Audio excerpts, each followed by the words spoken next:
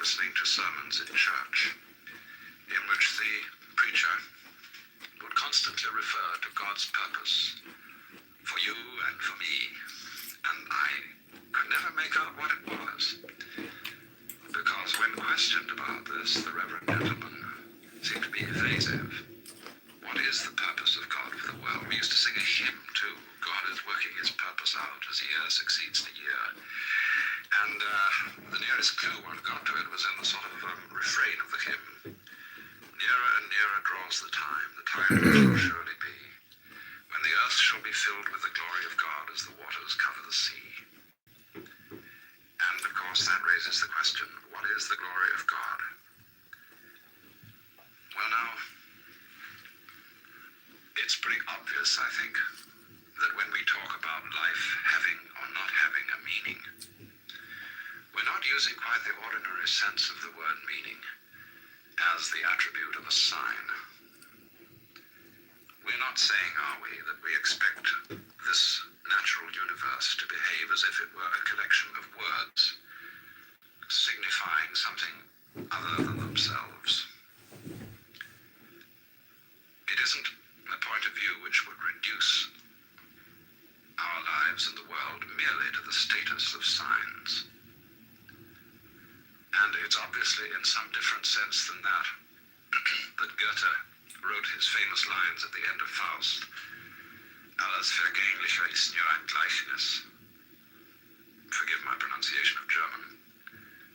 All that is mortal or all that is perishable is but a symbol. And so, a symbol of what? What do we want to feel? What would satisfy us as being the meaning behind this world? It's so often, that we don't follow our ideas and our desires through. Most of the things that we want very fervently are things that we've only half glimpsed.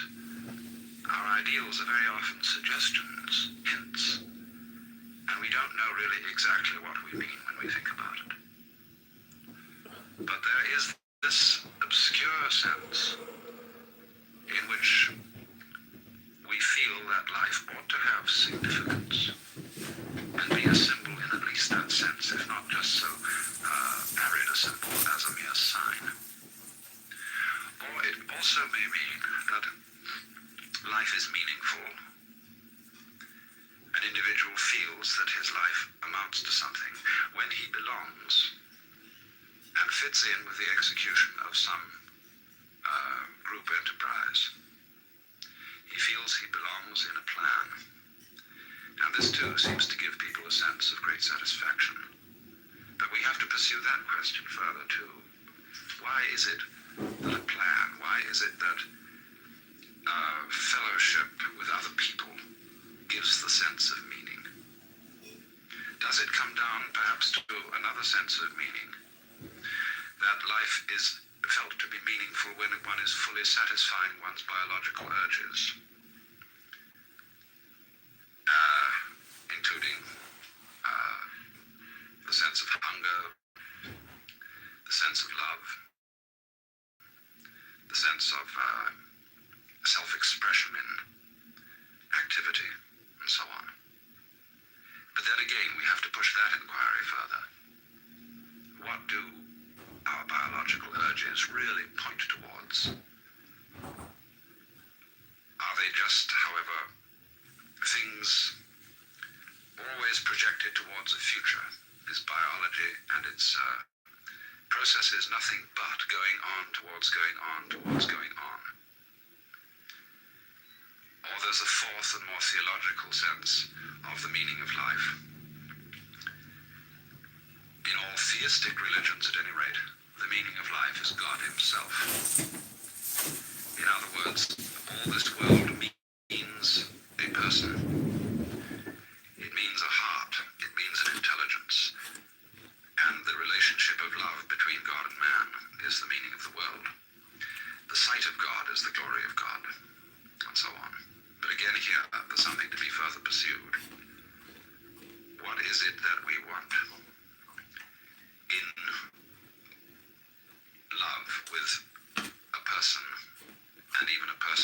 sense of the Lord?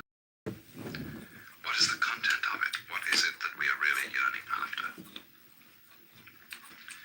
Well, now, if we go back to the first point, taking Goethe's words that all that is transitory is but a symbol, and that we want to feel that all things have significance. It does seem to me that there's a sense in which we often use the word significance, where the word seems to be chosen quite naturally, and yet at the same time it's not quite the right word. We say, for example, often of music, that we feel it to be significant, when just at the same time we don't mean that it expresses some particular kind of concretely realizable emotion, and certainly it's not imitating the noises of nature. Program music, would simply imitate something else, and it deliberately sets out to express sadness or joy or whatever. So often when one listens to the beautiful arabesque character of the Baroque composers, Bach or Vivaldi, it is felt to be significant, not because it means something other than itself, but because it is so satisfying as it is. And we use then this word significance. So often, in those moments when our impetuous seeking for fulfillment cools down, and we give ourselves a little space to watch things as if they were worth watching, ordinary things. And in those moments when our inner turmoil has really quietened, we find significance in things that we wouldn't expect to find significant at all. I mean, this is after all the art of those photographers who have such genius in turning the camera towards such things as peeling paint on an old door, or mud and sand and stones on a dirt road, and showing us there that if we look at it in a certain way, those things are significant. But we can't say significant of what so much as significant of themselves. Or perhaps significance then is the quality of a state of mind in which we notice that we're overlooking the significance of the world by our constant quest for it later. All this language is, of course, quite naturally vague and imprecise, because I think the wrong word is used. And yet not entirely the wrong word, because, as I said, it comes so naturally to us. It was Clive Bell, the great aesthetician, who wanted to say that all the characteristic of art, especially the characteristic of aesthetic success in painting, was the creation of significant form. Again, a very vague, imprecise expression. But it certainly is an attribute, not only of those moments in which we are tranquil inside, but also of moments of deep spiritual experience, of what would be called moksha, or release in Hinduism, or satori in Zen. That in those moments, the significance of the world seems to be the world, seems to be what is going on now. And we don't look any further. The scheme of things seems to justify itself at every moment of its unfoldment. I pointed out that this was particularly a characteristic of music. It's also a characteristic of dancing. And in the sensation of belonging with one's fellow men, in the carrying out of some significant pattern of life, which I mentioned as a second sense of the world being meaningful.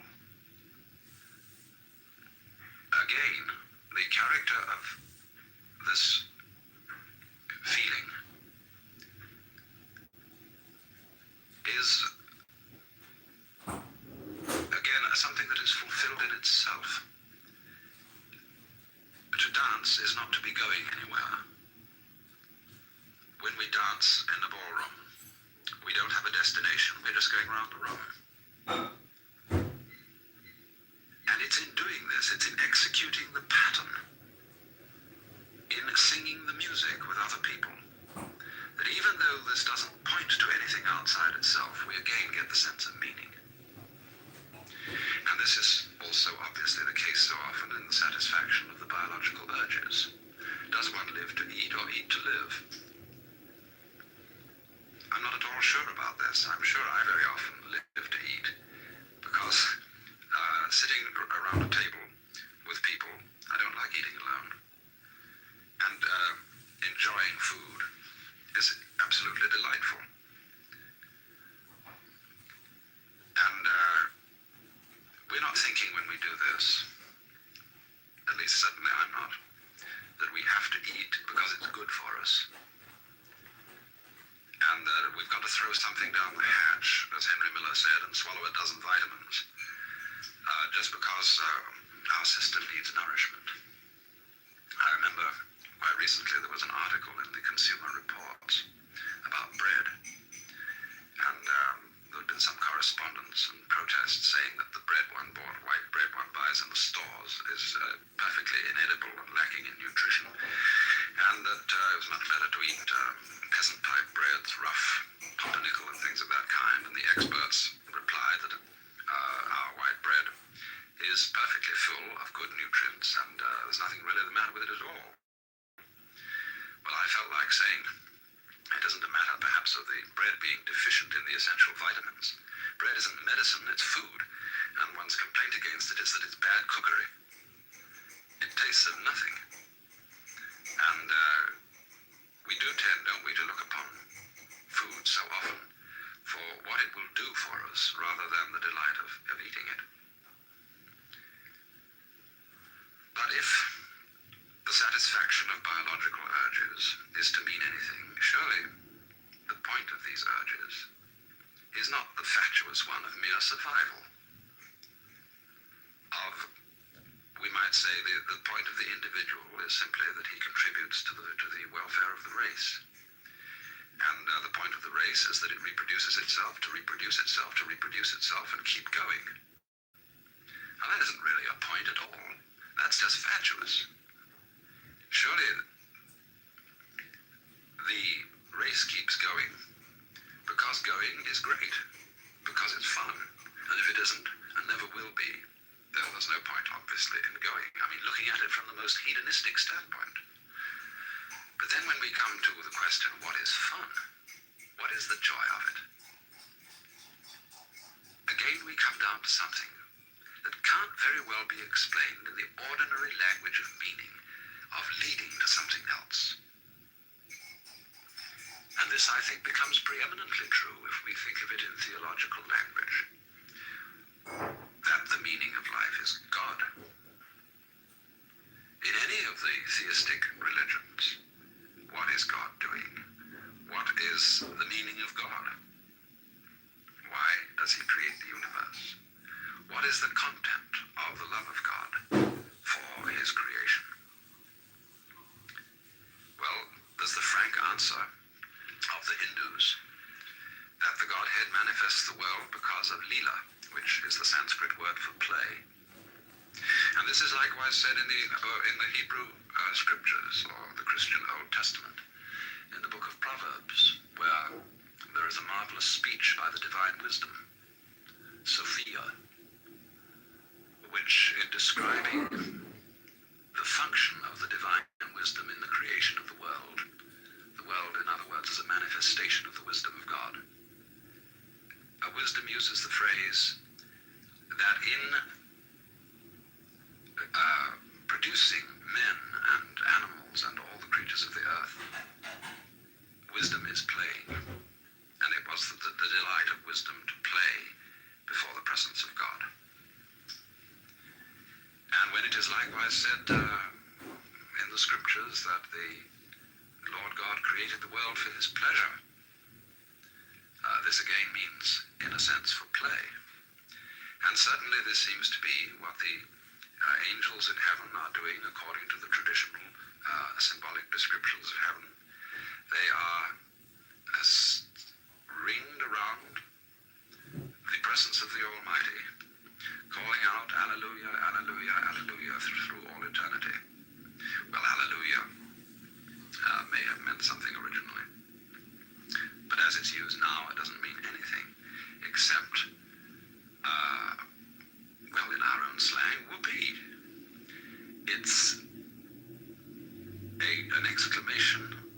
nonsensical delight.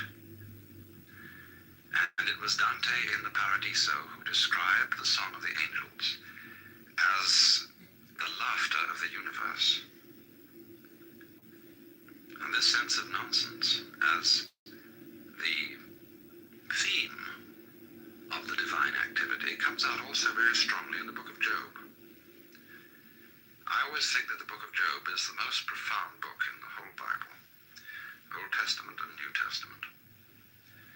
Because here is the problem of the man, the righteous man, who has suffered. And all his friends try to rationalize it and say, well, you must have suffered because you really had a secret sin after all and deserve the punishment of God, or because rationalize it somehow. And when they've had their say, the Lord God appears on the scene and says, who is this that darkeneth counsel with words without knowledge? And then proceeds to ask Job and his friends a series of absolutely unanswerable conundrums, pointing out all the apparent irrationality and nonsense of his creation. Why, for example, he said, do I send rain upon the desert where no man is? Most commentators on the book of Job end with the remark that, well, this poses the problem of suffering and the problem of evil, but doesn't really answer it. And yet in the end himself, Job seems to be satisfied. He somehow surrenders to the apparent unreasonableness of the Lord God. And this is not, I think, because Job is beaten down, and that he's unduly impressed with the royal, monarchical, and paternalistic authority of the deity, and doesn't dare to answer back. He realizes that somehow these very questions are the answer. I think of all the commentators on the book of Job, the person who came closest to this point was old G.K. Chesterton. He once made the glorious remark that it is one thing to look with amazement at a gorgon or a griffin, a creature who doesn't exist, but quite another thing to look at a hippopotamus, a creature who does exist and looks as if he doesn't. In other words, that all this strange world, with its weird forms, like hippopotami, and when you look at them from a certain point of view, stones and trees and water and clouds and stars, when you look at them from a certain point of view and don't take them for granted, they're as weird as any hippopotamus, or any imagination of fabulous beasts of gorgons and griffins and things like that. They are just plain improbable. And it is in this sense, I think, that they are the Alleluia, as it were, the nonsense song. Why do we love nonsense? Why do we love Lewis Carroll with his "'Twas brillig and the slithy toves did gyre and gimble in the wave, all mimsy were the borogoves and the momraths out grabe"? Why is it that all those old English songs are full of "Fal-de-riddle-ido" and "Hey nonny nonny" and all those babbling choruses? Why is it that when we get hep with jazz, we just go booty booty booty boo and so on and enjoy ourselves swinging it? It is this participation in the essential, glorious nonsense that is at the heart of the world, that isn't going anywhere, that is a dance.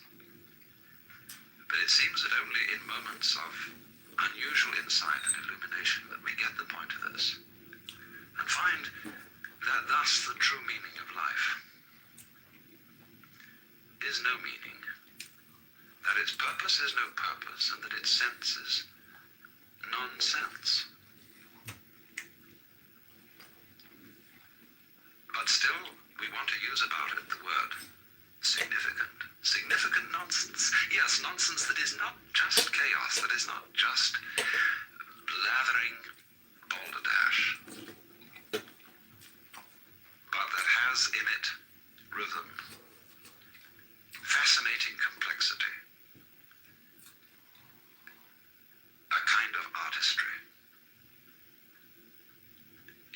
this kind of meaninglessness that we get the profoundest meaning.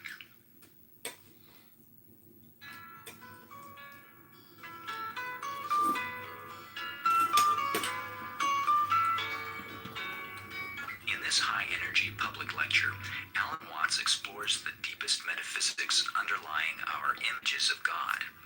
He contrasts feminine and masculine images of God and suggests that when we form images of God, those images are exhibitions of a lack of faith. Recorded at the First Unitarian Church in San Francisco in 1971, this program is called Images of God. Here's Alan Watts. That most of you know the old story about the astronaut who went far out into space and was asked on his return whether he had been to heaven and seen God. And he said yes. And so they said to him, well, what about God? And he said, she is black.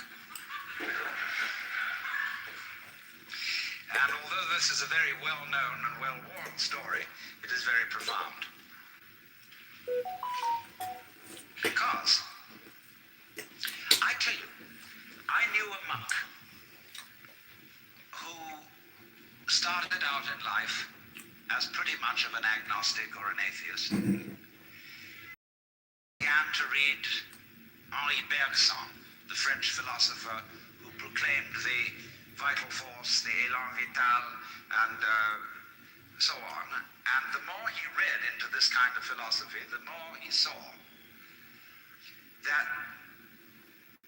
these people were really talking about God. Steve, y'all. And I read a great deal of theological reasoning about the existence of God. And they all start out on this line. If you are intelligent and reasonable, you cannot be the product of a mechanical and meaningless universe. Figs do not grow on thistles. Grapes do not grow on thorns. And therefore, you, as an expression of the universe, as an aperture through which the universe is observing itself, cannot be a mere fluke. Because if this world peoples, as a tree brings forth fruit, then the universe itself, the energy which underlies it, what it's all about, the ground of being, as Paul Tillich called it, must be intelligent. Now, when you come to that conclusion, you must be very careful, because you may make an unwarranted jump. Namely, the jump to the conclusion that that intelligence, that marvelous designing power which produces all this, is the biblical God. Be careful. Because that God, contrary to his own commandments, is fashioned in the graven image of a paternal, authoritarian, beneficent tyrant of the ancient Near East.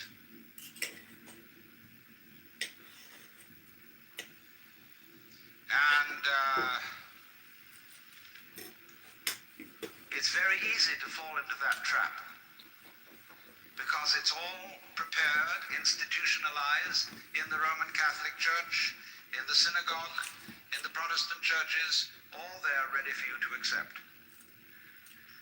And by the pressure of social consensus and so on and so on, it is very natural to assume that when somebody uses the word God, it is that father figure which is intended. That's just your assertion. Because even Jesus No, it's 100% true.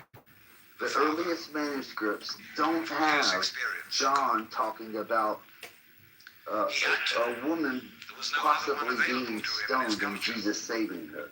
The earliest manuscripts end at Mary and I believe two women. But I think it's two women going to the tomb, and he's told not to tell anybody in Mark. In now if you and as a Mark, loyal citizen of this they country think that a republic don't is the do best that, form of and they government, go tell somebody. you can hardly believe that the That's universe... interpolation. Do you know why that's a good? But to reject the paternalistic image of God as an idol is not necessarily to be an atheist. Although I have advocated something called atheism in the name of God. That is to say, an experience, a contact, a relationship with God, that is to say, with the ground of your being, that does not have to be embodied or expressed in any specific image. Now, theologians on the whole don't like that idea, because I find in my discourse with them that they want to be a little bit hard-nosed about the nature of God. They want to say that God has indeed a very specific nature. Ethical monotheism means that the governing power of this universe has some extremely definite opinions and rules to which our minds and acts must be conformed. And if you don't watch out, you'll go against the fundamental grain of the universe and be punished in some way. Old-fashionedly, you will burn in the fires of hell forever. More modern-fashionedly, you will fail to be an authentic person. It's another way of talking about it. But there is this feeling, you see, that there is authority behind the world, and it's not you. It's something else. Like we say, that's something else that's far out. And therefore, this Jewish, Christian, and indeed Muslim approach makes a lot of people feel rather strange, estranged from the root and ground of being. There are a lot of people who never grow up and are always in awe of an image of grandfather. Now, I'm a grandfather. I have 5 grandchildren, and so I'm no longer in awe of grandfathers. I know I'm just as stupid as my own grandfathers were, and therefore I'm not about to bow down to an image of God with a long white beard. Now, naturally, of course, we intelligent people don't believe in that kind of a God, not really. I mean, we think that God is spirit, that God is very undefinable and infinite and all that kind of thing. But nevertheless, the images of God are have a far more powerful effect upon our emotions than our ideas. And when people read the Bible and sing hymns, Ancient of Days, who sittest throned in glory, immortal, invisible, God only wise, in light inaccessible, hid from our eyes. They still got that fellow out there with a beard on. It's way in the back of the emotions. And so we should think, first of all, in contrary imagery. And the contrary imagery is, she's black. Imagine instead of God the Father, God the Mother. And imagine that this is not a luminous being, blazing with light, but an unfathomable darkness, such as is portrayed in Hindu mythology by Kali, K-A-L-I, the Great Mother, who is represented in the most terrible imagery. Kali has a tongue hanging out long, drooling with blood. She has fanged teeth. She has a scimitar in one hand and a severed head in the other. And she is trampling on the body of her husband, who is Shiva. Shiva represents also, furthermore, the destructive aspect of the deity, wherein all things are dissolved so that they be reborn again. And here is this blood-sucking, terrible mother as the image of the supreme reality behind this universe. Imagine, it's the representative of the octopus, the spider, the awful awfuls, the creepy crawlies at the end of the line, which we are all terrified of. Now that's a very important image, because let us suppose, just for the sake of argument, that all of you are fairly all right. Hospital. You don't have the screaming memes. You probably had dinner and are feeling pretty good. But I know that you feel that you're fairly good, because in the background of your minds, very far off in the background of your minds, you've got the sensation of something absolutely ghastly that simply mustn't happen. And so against that, which is not, which doesn't necessarily have to happen, but by comparison with that, you feel pretty all right. And that absolutely ghastly thing that mustn't happen at all is Kali. And therefore, at once, we begin to wonder whether the presence of this Kali is not in a way very beneficent. I mean, how would you know that things were good unless something wasn't good at all? Now I'm not putting this forward as a final position. I'm only putting it forward as a variation, as a way of beginning to look at a problem and getting our minds out of their normal ruts. She's black. Well, she, first of all, feminine, represents what is called philosophically the negative principle. Now, of course, people who are women in our culture today and believe in women's lib don't like to be associated with the negative, because the negative has acquired very bad connotations. We say accentuate the positive. That's a purely male chauvinistic attitude. How would you know that you were outstanding unless, by contrast, there was something instanding?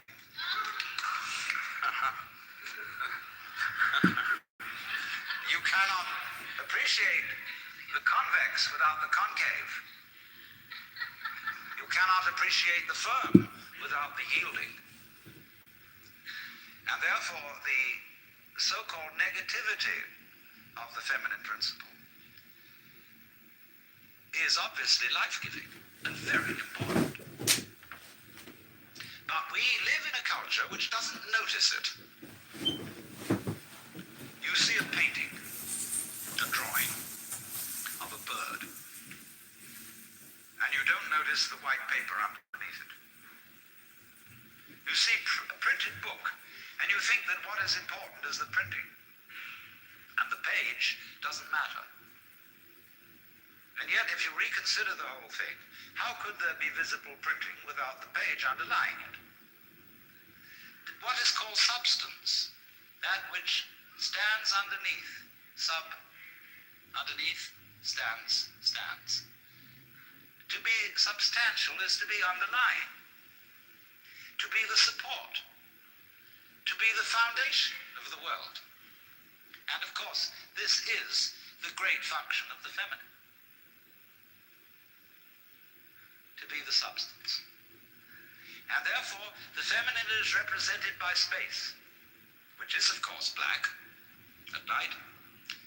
But were it not for black and empty space, there would be no possibility whatsoever of seeing the stars.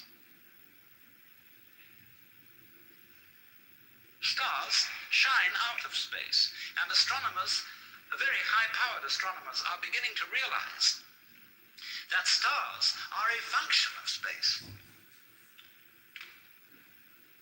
Now that's difficult for our common sense, because we think that space is simply inert nothingness. But we don't realize that space is completely basic to everything. It's like your consciousness. Nobody can imagine what consciousness is. It's the most elusive, whatever it is, that there is at all. Because it's the background of everything else that we know. Therefore, we don't really pay much attention to it. We pay attention to the things within the field of consciousness, to the outlines, to the objects, to the so-called things that are in the field of vision, the sounds that are in the field of hearing, and so forth. But what it is that ever it is that embraces all that, we don't pay much attention to it. We can't even think about it. It's like trying to look at your head. You know, you try to look at your head, and what do you find? You don't even find a black blob in the middle of things. You just don't find anything. And yet that is that out of which you see, just as space is that out of which the stars shine.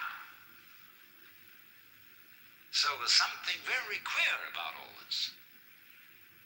That which you can't put your finger on, that which always escapes you, that which is completely elusive, the blank, seems to be absolutely necessary for there to be anything whatsoever. Now let's take this further. Kali also is the principle of death, because she carries a scimitar in one hand and a severed head in the other. Death. This is tremendously important to think about. We put it off. Death is swept under the carpet in our culture. In the hospital, they try to keep you alive as long as possible in utter desperation.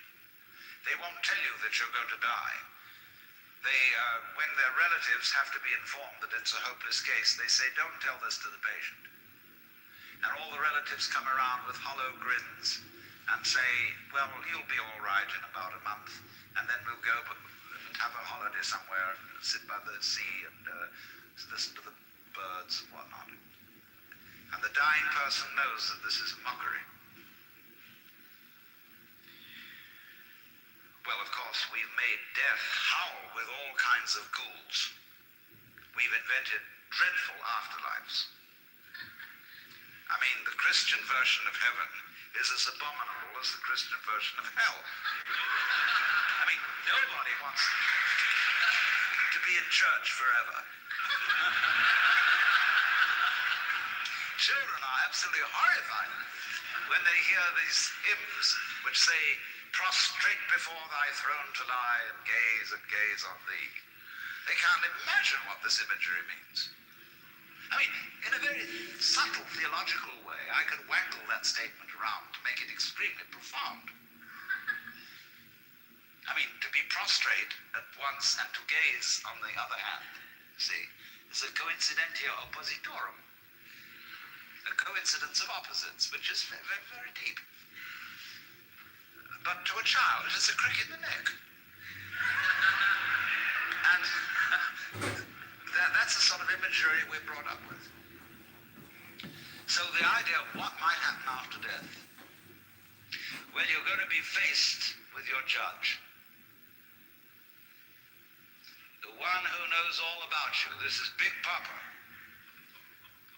who knows you were a naughty boy and a very naughty girl, especially girl, from the beginning of things. He's going to look right through to the core of your inauthentic existence. And what kind of heebie-jeebies may come up.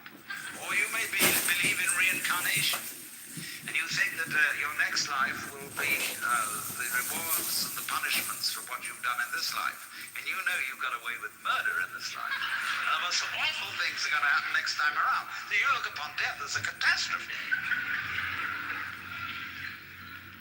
Then there are other people who say, well, when you're dead, you're dead. Just nothing going to happen at all. So what you got to worry about? Well, we don't quite like that idea, because it spooks us. You know, what's it be like to die? To go to sleep and never wake up? it's not going to be like. It's not going to be like being buried alive. It's not going to be like being in the darkness forever. I tell you what, it's going to be like as if you never had existed at all. Not only you, but everything else as well. That just there was never anything, and there's no one to regret it. And there's no problem. Well, think about that for a while. It's kind of a weird feeling you get when you really think about that. You really imagine just to stop altogether. And you can't even call it stop, because you can't have stop without start. And there wasn't any start. There's just no thing. Well, then when you come to think of it, that's the way it was before you were born. I mean, if you go back in memory as far as you can go, you get to the same place as you go forward in your anticipation of the future as to what it's going to be like to be dead. Then you get these funny ideas that this blankness is the necessary counterpart of what we call being. Now, we all think we're alive, don't we? I mean, we're really here?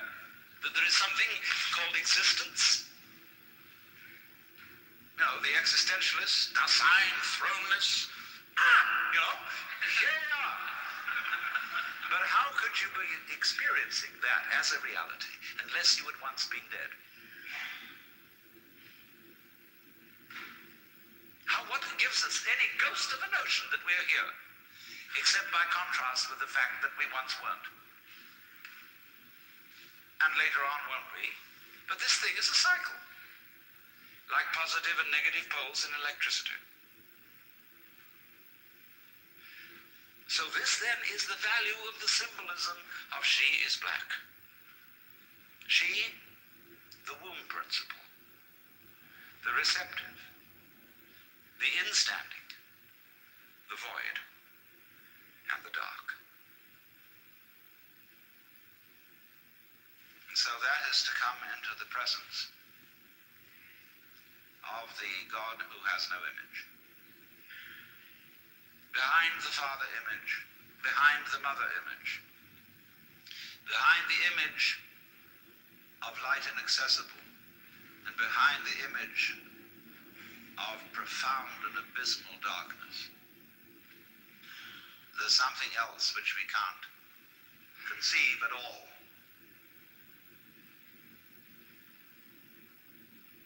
Dionysius the Areopagite called it the luminous darkness. Nagarjuna called it Shunyata, the void.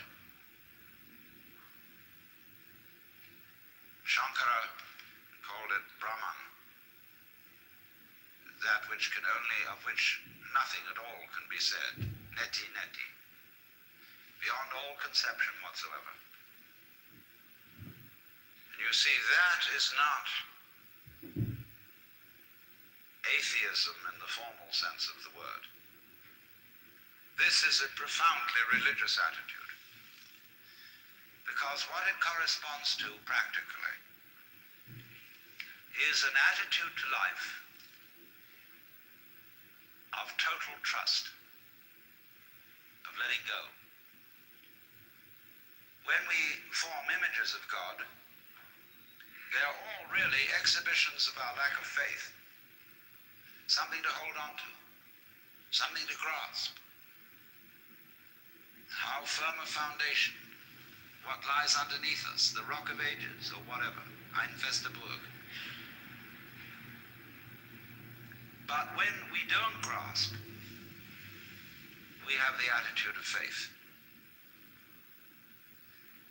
If you let go of all the idols, you will of course discover that what this unknown is, which is the foundation of the universe, is precisely you. It's not the you think you are. No, it's not your opinion of yourself. It's not your idea or image of yourself. It's not the chronic sense of muscular strain, which we usually call I. You can't grasp it. Of course not. Why would you need to? Supposing you could, what would you do with it? on with it. You can never get at it. So there is that profound central mystery. And the attitude of faith is to stop chasing it. Stop grabbing it. Because if that happens, the most amazing things follow. But all these ideas of the spiritual, the godly, as this attitude of must. And we have been laid down the laws which we are bound to follow. All this jazz is not the only way of being religious and of relating to the ineffable mystery that underlies ourselves and the world.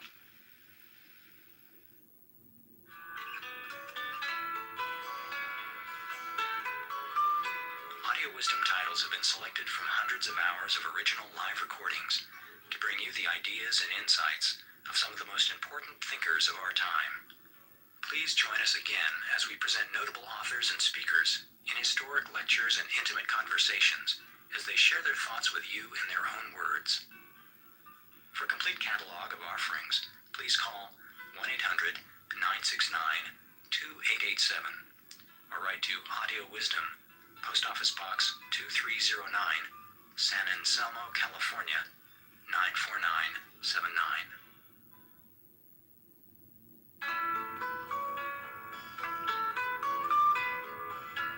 Welcome to the Love of Wisdom with Alan Watts. This is Limits of Language. It was recorded in April 1973 in Philadelphia, Pennsylvania. Here's Alan Watts. Tonight, at any rate, we've got to go through some theoretical material, so we're on a head trip. I don't know where the trip will end up. It depends on you.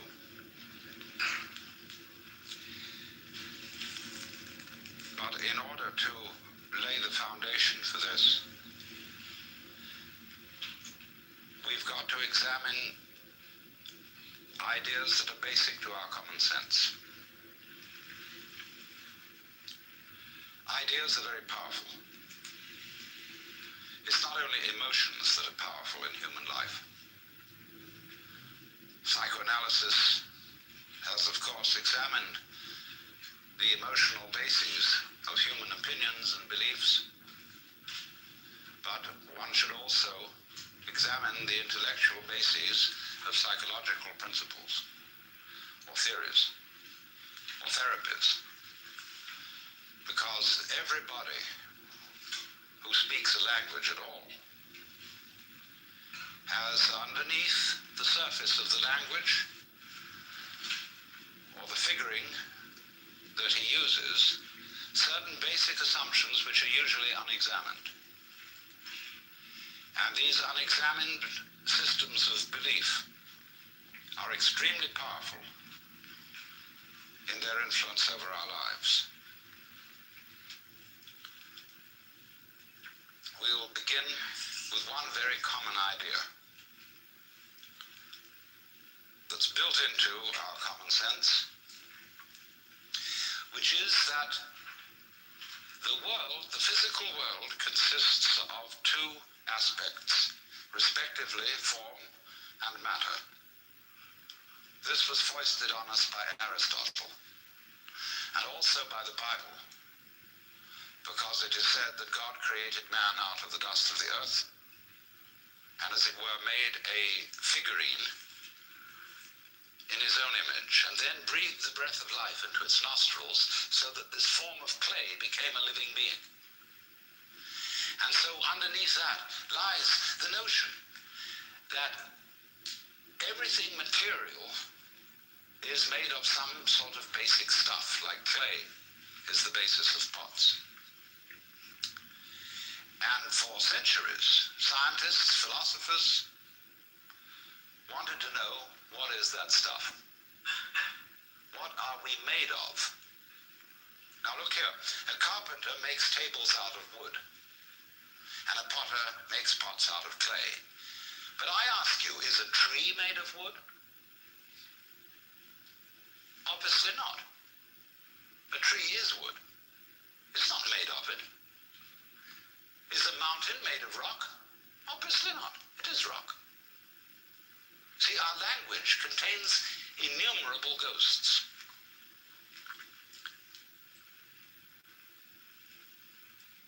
Supposing I say the lightning flashes. Surely the flashing is the same as the lightning. There is not one thing called lightning and another called flashing. The lightning is the flashing. It is raining.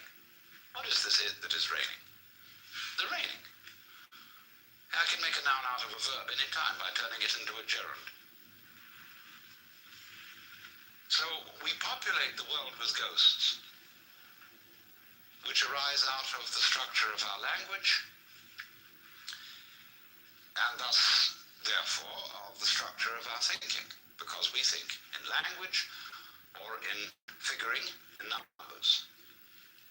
And so it's of intensely fascinating investigation to find out what are the hidden assumptions that underlie language and figuring. In other words, language and mathematics.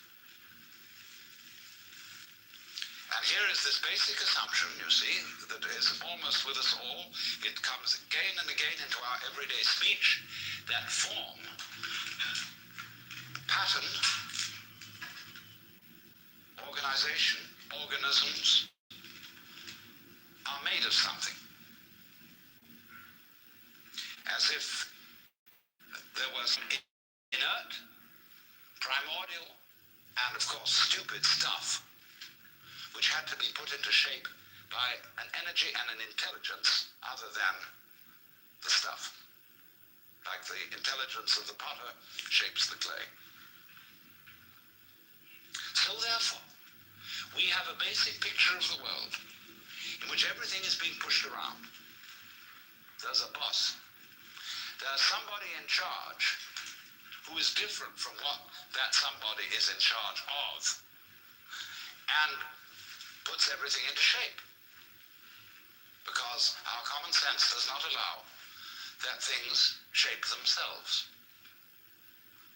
Very odd. In Chinese, the word for nature is zhiran, which is that which is so of itself, the spontaneous. The Chinese have no difficulty in thinking about nature as self-shaping. A Chinese child would not ask its mother, "How was I made?" It would ask its mother, "How did I grow?" Which would be quite different, you see. So to be made is to be commanded, and therefore every good being obeys. Whether you obey God, or whether you obey the laws of nature, you obey. And the analog, therefore, of the world that has been put into our common sense is one of military command. Note that. Because the image of God, I would go further and say the idolatrous image of God, which has been handed down to us, is one of the beneficent tyrant, the boss, Big Papa. So then, when our physicists started to find out what stuff was, they went into it and examined it with ever more minute instruments. They first started cutting up things with knives and cutting them smaller and smaller and smaller until the particle that they wanted to dissect was exactly the same width as the edge of the knife. And so they got an atom. And that word in Greek, atomos, means the non-cuttable. Non-tomos cuttable. That's the basic atom. What you can't cut anymore because you got down to the end. Well, they weren't satisfied with that. So they got an atomos, in other words, a particle of something or other that was just the same width as the blade of the knife edge, and they looked at it under a microscope. And they saw that it seemed to be composed of more small particles. So they found out means of working those out, and then they found out extraordinary means of investigating the properties of matter. Then they reached a point where they couldn't decide whether it was particles or whether it was waves. So they called them wavicles. They thought they had come to certain ultimate wavicles called electrons. But then, unfortunately, everything fell apart, and they found protons, mesons, and many other extraordinary things. Because, of course, what they didn't realize was that as you make more and more powerful microscopic instruments, the universe has to get smaller and smaller in order to escape the investigation. Just as when the telescopes become more and more powerful, the galaxies have to recede in order to get away from the telescopes. Because what is happening in all these investigations is through us and through our eyes and senses, the universe is looking at itself.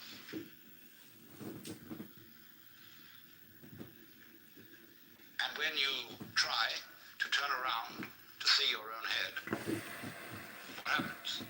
See? It runs away. You never get at it. You can't bite your own teeth.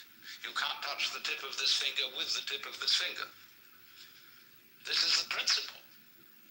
Shankara explains it beautifully in his commentary on the Kena Upanishad, where he says that that which is the knower, the ground of all knowledge, is never itself an object of knowledge, just as fire doesn't burn itself. So there's always that profound mystery that you are never going to be in absolute control of what goes on, because if you were, Killing innocent people that just were programmed this certain way, and we should change their minds through means. who wants that? Maybe like concentration camps. I'm kidding. But kinda true. Look, we re-educated the Nazis and we re-educated the Japanese, right? They were both really genocidal, and they became great allies. They're no longer that way. We actually defended Japan. We first reduced them to ashes with the atom bomb, and then we made them into the second most powerful economy on the planet. The number 2 economy in the time of the Asian Tiger, like the 80s. Now it maybe it's number 3. Yeah. You're crazy, bro. You're crazy. I'm crazy. What do you think? I think all countries should unanimously. How do you say it? Unanimously pick their leaders once a year, and they fight it out, and let them decide what. Well, they'll be like a governor. Everybody's maybe governments get randomly, but they get maybe 4 years, and whatever they decide, and it's up to the people if they want that. But it always has to be random. Could be a good guy, bad guy, and then let's see how the be world smart works. enough to do a good job. What we're learning is that people want to keep their power, and they're going to increasingly break rules to keep the power. And people like money and the things it buys them and the status it gets them. And people are going to bend the rules to accumulate power and money. It's just human nature. Of course. Yeah. Even some of the best people will do it in certain ways. So now what do you do with that? Because once they're in power, it's hard to get them out. I used to talk with somebody who said Saddam Hussein was probably a nice guy while he was on his way up in power. Once he gets to the top, he starts, killing people all over the place. Maybe Ayatollah Khomeini was nice, and then he created a horrible, murderous machine, the IRGC. So the question is it inevitable that power and money corrupt you, or power, money, and religion? I know some good religious people. I know some good powerful people. I know some good rich people. You didn't learn anything from them either, did you? Oh, no. Elise, are you Mexican? What did you ask me? What did you ask me? What you ask? I said you didn't learn anything good from them, did you? I learned a lot from him. A lot. How to be A lot. demonic. One thing. What's that? You learn how to be demonic. I'm not demonic. No, I don't. None of them are demonic either. I don't believe in demonic. I mean, I learned that even rich, famous, powerful people whose names you know, are just people like you and me, and they're looking for love, and they're looking for support, and they're looking to understand. Famous And words. Famous words of. They do have a certain focus. They do have certain abilities. That, they understand business, so that you've got to make more money than you're spending. I mean, look, Epstein was a creep. He was a pervert, And you can make an analogy between him and this restaurateur we're just talking about, whatever his name is, Restrepo or something, who has to step down from his restaurant because he was bullying and pushing and punishing and shaming people. So people with power, especially if their personalities are messed up, bad stuff comes out. So Epstein did this really disgusting thing, whatever. Did you know him? You look like you might know Harvey Weinstein. Didn't know him either. Never met him. Obama sent his daughters or his one daughter to intern for him, knowing what he knew about Harvey Weinstein. So go figure. I did know some very, very rich people. They weren't doing any perverted things in front of me or inviting me to any. They were drinking very expensive wine. That's about all of it. Some of them were having affairs. But Bill Cosby was another example. He had some weird thing he liked to do to put them to sleep, and then that's a weird thing. I don't even understand that. But people's minds get warped, and it's not even that difficult to warp them. The one thing is, I think in our religion is their gods or whatever, they gave us free will.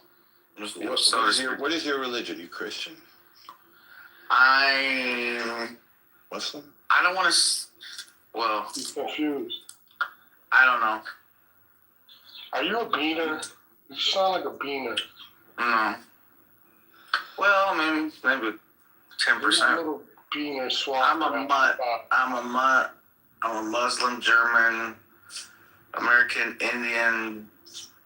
It's a good combo. Probably Jew as well, because there's a lot of Jews in different areas.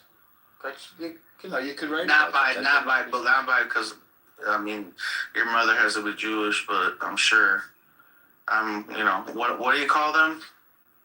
If you're not a Jew by your mother, patriarchal Jews, something like that. Why did you say demonic? Why did you go to that? Oh man, yeah, you just get on my nerves. That's all. Oh. Just get on my nerves. Well, that's different than demonic. That's just. What did he say that was demonic? What did I? No, him. I want him. What do you think he said was demonic? Everybody has free will, right? Well, and your religion? Let me see if I can represent his point of view. And if I get it wrong, just say you got it wrong. So I'm not trying. This is what I believe is his position: that Israel first in Gaza, and then the U.S. with Israel are collaborating to kill innocent children, and that's demonic, and that the world should stop Israel and the United States from killing innocent children. That's sort of the reducto position, but you'll even see it on the front page of the Times, where when they want to report on this war, they're going to give you an update every day of the week on the front page about the school, the girls' school that was bombed. They hit 5,000 military sites, but just one, obviously a horrific mistake, which, by the way, horrific mistakes happen in war. It's not deliberate. It's a mistake. Lives get lost. It's a horrible thing. But, that's what I assume Luong thinks, that I'm just about killing children and taking land or something like that. You are. Is that untrue? You're absolutely right. You nailed it. 100%. Yeah. You're not a millisecond off. You're perfect. It's just okay. So I tried to do my best to understand where you're coming from. Like atomic automation blowing up schoolgirls. You got it. On point. If that's what. No error involved. Intentional. No, it couldn't be. It could not be intentional. Nobody would do that. That's what you have to understand. Only if What you just did, you just proved it. well, there was a mistake. That's why it's a mistake. And in war, these mistakes cost lives. You know, maybe in your profession, my profession, you could get sued or you just lose money. In war, a mistake it kills innocent people. And by the way, you know what's even worse? Sometimes they kill your own people. Maybe you've been to war. There's mistakes. People get killed by friendly. I've heard as much as 20% die from friendly fire. It's a huge amount. It's 1 in 5. Rest in peace, Yitzhak Rabin. Yeah. Well, I mean, that wasn't exactly friendly fire, but I know what you mean. You mean that he was killed by another Jew? Stabbed right point blank range in the chest. Say again? Didn't he get stabbed in the chest or did he get shot? I don't know. I thought he was shot, but I have to go back and look. But, you know, I mean, Israel put that guy in jail and considered him a crazy, you know, a bad Jew. So he's not, you know, not representative. But if you look at how tiny Israel is, it's sort of hard to understand why people think that we want more land all the time. It's so small. And there's no oil or any hope of getting any. We might have found some natural gas actually off in the Mediterranean, which we have a deal to share with the Palestinians, Palestinian Authority. I don't know, if you went to visit the land, maybe you'd have to grow up with it. You'd see how Horrific apartheid is. I got it. See, you would not see any apartheid. There's no apartheid to see if you go there. There are Arab villages that are not Jewish villages, but that's kind of the way the Arab world is organized in villages. There's no apartheid. There's no like place where, oh, Arabs can't come here. Or store. You won't see anything like that. Yeah, no security It's checks. No strip downs, no security checks, no. Wait, when you come into the country? When you come into the country? Two different sections of the city. No. Which city? Jerusalem. No. There's a security wall between Jerusalem and what you might call the West Bank, and I would call Judea and Samaria. There's a security wall to stop people from coming in from outside the country.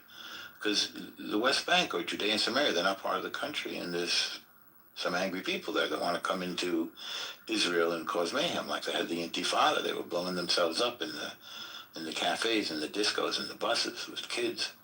So we had to keep them out. But I don't see that as apartheid. Can I ask you an honest question, Norm? A genuine question, brother. Yeah. Does it ever get exhausting being Jewish? Do you ever feel like this Always. is too much? Always.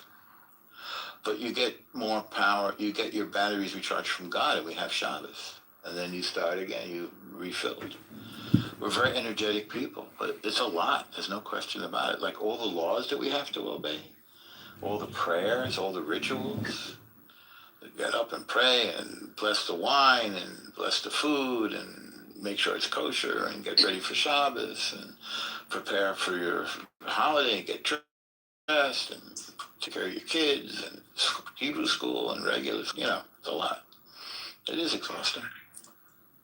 Does it get exhausting being attacked all the time? Being attacked kind of energizes you and motivates you to beat your enemy when they attack you. You come up with solutions like the beepers or like all this stuff we're doing now with the intelligence. Like all of these targets they're not just random targets. They're like how to decapitate the IRGC regime. That's why this time we took out Khamenei right away. And I think that strike hit his son too. I think he was injured in the same strike, so he's not really in too good shape either. So yeah, that part gets exhausting. But I mean, look at the way Europe got fat and complacent and sort of mushy, you know, from not being under duress. You don't want that either. Israelis work hard, and to some extent Jews, not all, because we know that we've got to keep running as fast as we can to survive, because the world is not necessarily a welcoming place to us, at least certain parts of the world, and at different times. We'll see how it goes in America, New York, Canada, Australia. We'll see. But again, this is why Israel's necessary, because it's a refuge. It's a place where every Jew is welcome. So when they attack us, they unify us. You know, if we're not being attacked, then we argue over laws and Supreme Court and this, should the religious serve in the army or not? You know, should women serve? Should gays serve? You know, what are the laws of Jerusalem or Tel Aviv? But when we're under attack, we're all fighting the same thing. You're saving strangers' lives. It's a different vibe. That's partially how we survive, by having been under pressure by others. Pushes us together. It makes us value who we are. Believe me, it's hard for us to understand who we are. Are we just, is God asking something of us? Are we really, we have to wear the yarmulke and the tzitzis and put on the tefillin and go to the mikveh and all this stuff? We have to do all this stuff? Should we be so literal? It's hard to know. But then when you look at the ridiculous world with like transgender and baseball teams, like what do I care about baseball and transgender? Maybe I should focus more on Jewish stuff. Or when you see then somebody come in who's actively anti-Jewish, like say Mamdani or Tucker Carlson, and you think, oh well, I better keep my Jewish brain straight because these people want to get rid of me. So I need to figure out how to survive and to keep my family alive. If there's any value at all to being a Jew. I mean, that's a question that one has to ask. I decided the answer is yes. I would say that for anybody. If it's a Latino person, a black person, Japanese, is there a value to keeping that Japanese thing, whatever it is going? To me, yes, this is a great value. The Jewish out of you, the blackness out of you, the domestic terrorism out of you, the Latino issue. You know, you weren't allowed to have different nations. The same thing with the Ottoman Turks. They didn't want to hear about your nationalism. Same thing with Iran. They don't want the Baluchis and the Armenians and the Kurds, you know, taking out their own territory. They want a united Iran. The United States doesn't want the southern states seceding or the western states. So there are struggles between the vision of the greater good of the country or the society and the greater good of the constituent groups, the ethnic groups. How can you keep everything together? Too much rambling, too many thoughts? I see that, what's his name left? You guys asleep? Well, I'm going to do something productive because I'm a Jewish guy. I'm trying to learn something now. So take care, you guys. Protecting the sanctity of our elections is not optional, it is essential. Here in Illinois, however, we have seen preventable failures that undermine public confidence in our system. In the Republican primary for governor, voters across our state are facing chaos. In 5 counties, Lake, Kane, McHenry, Boone, and Ogle, ballots included a candidate who, according to the State Board of Elections' final certification, should not have appeared. Voters in some counties are casting ballots with Joe Severino's name, while others are...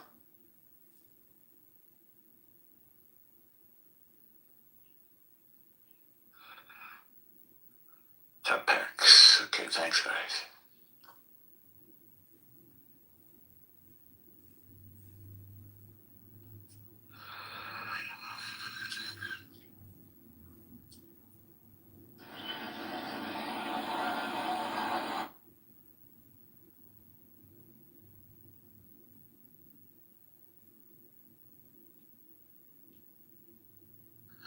This is a good table of the packs. All right. Yo, Eleanor, some of that Jewish money. For what? Because you're handsome.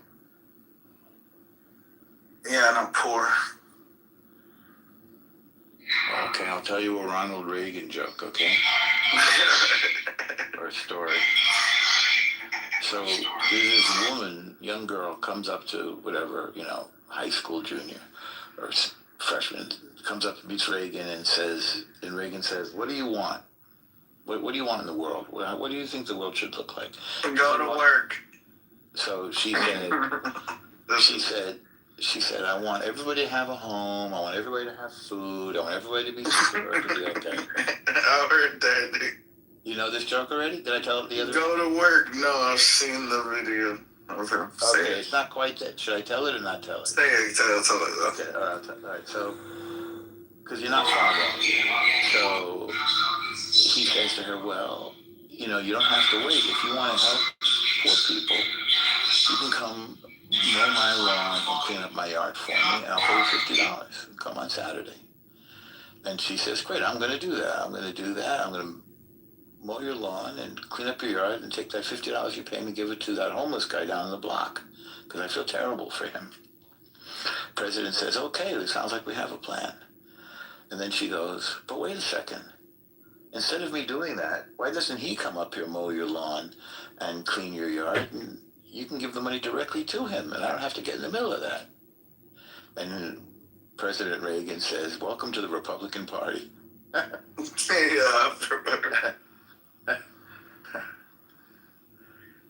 So, I mean, we give you millions of billions of dollars, and what have you done for us? Me or the Jews? You mean the Jews, Israel? America gives y'all billions in return. America gives out about $70 billion a year, and Israel gets about 3.9. Well, imaginary money, that's what we give y'all, honestly. Because we spend it here. It's really credit for military stuff that we spend here, which is kind of good. But, okay, but we do this. And this, it's like sell, lease back, and the way we rebuilt Europe by also enriching ourselves. But it's estimated that Israel provides like 5 times the amount of military intelligence, like 5 CIAs. It's very, very vigorous military intelligence. Again, because it has to. And similarly, we're battle testing all the equipment that you guys sell us and giving daily reports. So America hasn't been in a war in a while and doesn't need to use all this fancy stuff that they're producing. Israel field tests it, makes improvements, and is on the phone with the weapons manufacturers like every day, helping to improve the product, make it safer and more effective. So, yeah, you're welcome. Yeah, so thank you. I'll be generous. Yeah. I'll take the stimulus pack, 1,200. Did you get one of those? I don't even think I got one of those. Now that I mention it. Yeah, I had to pay it back. Trust. In taxes? Yeah. Well, I'm going to do a little bit of, I'm going to listen to some intelligent podcast about the war. All right, you do that. I'll send you my Venmo. Okay. Then tomorrow I can go into politically correct and mention 2 things that I learned tonight and get thrown off the stage. Okay. War never changes. What's that? I said war never changes. All right. Oh, let's see what I learned. Talk to you later.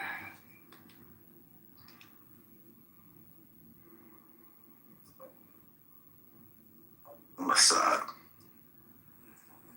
Everybody here asleep or what? What the fuck are we doing? Necessarily about big rooms. I'm not. He's also not about truth. It's the smaller rooms. The more, intimate rooms. I mean, it got very big, but it did get out of hand. And Andrew was You here. gotta let it go. Yeah. EM was here. Who else? The usual suspects.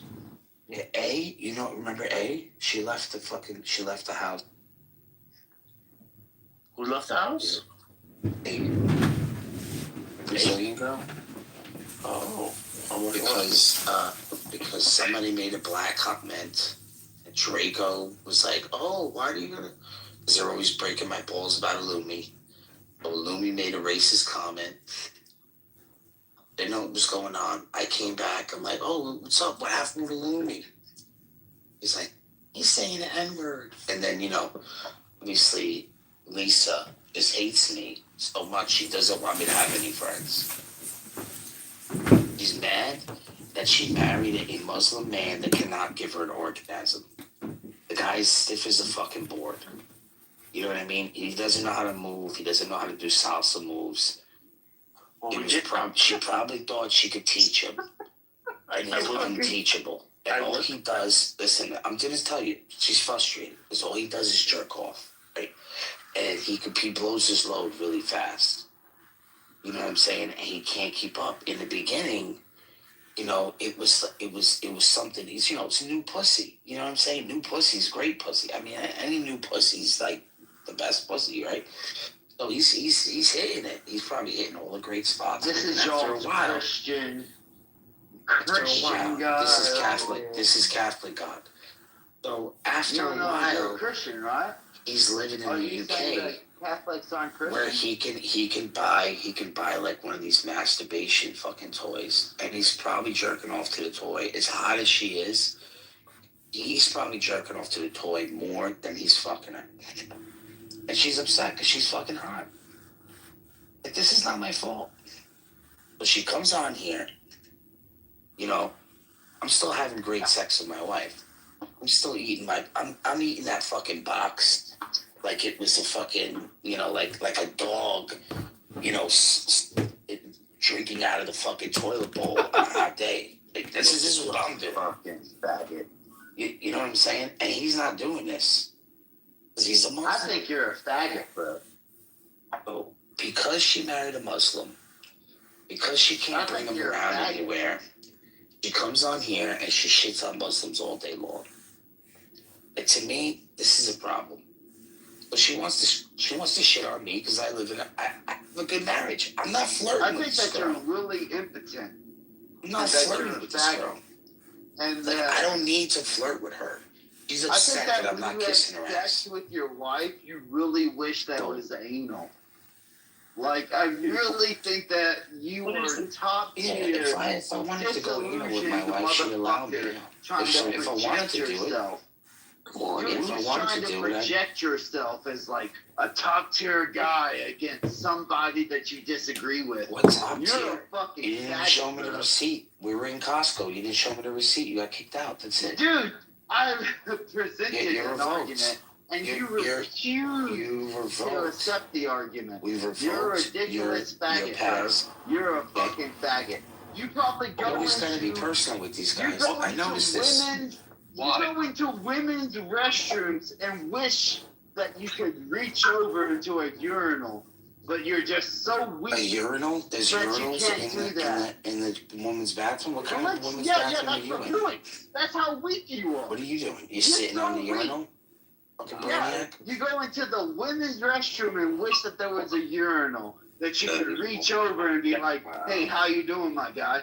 You're a fucking faggot, bro. You're a loser. This guy is a fucking loser, 100%.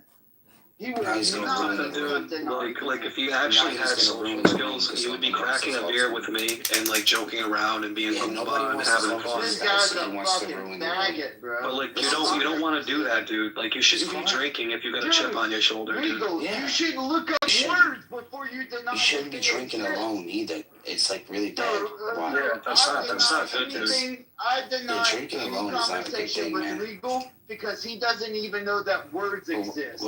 He fucking completely denies that words exist. Now he's baiting us. He wants us to talk to him.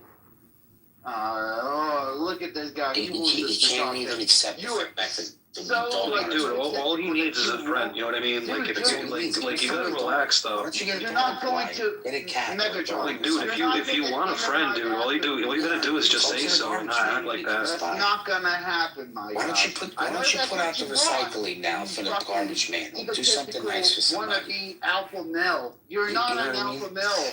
Why don't you call your grandmother and send her a message? You're not. You're but not pay your rent on now. time. How about let's do that? Let's do that this month. Let's pay your rent on time. Can we do that? No, Can you not be just full of excuses? This guy thinks of rent. This guy thinks of rent. I'm like a homeowner. You're fucking thinking of rent? Look at how small-minded this guy is. He thinks that people are just in his realm. Paying for an apartment. What are you like? I'm just trying to get you off my back. Wait, you got some time? Dude, you probably shouldn't have said that to him. His girlfriend is probably like fucking ragging on him. She probably won't put out for What him. about the timeshares? The whole thing. That's what I'm saying. That's what I'm saying with Lisa. Lisa, you married this fucking stiff fucking Muslim. Do you think he's eating out that box? He better be eating out that fucking box. I mean, maybe she doesn't shave. Maybe she stinks. I don't know. I don't want to start that. She'll start crying if I start doing that.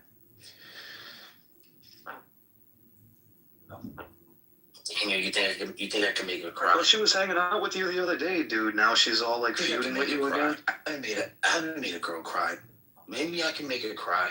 Why was she hanging out with you the other day? She was all cool with you the other day. Now she's all mad at you again? No, she's got stuff against me.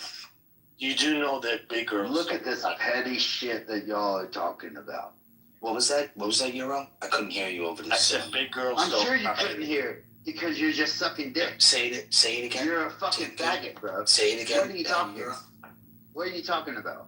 You're talking about, oh, some woman, I made her cry. Congratulations, dude. You're a fucking male at that point.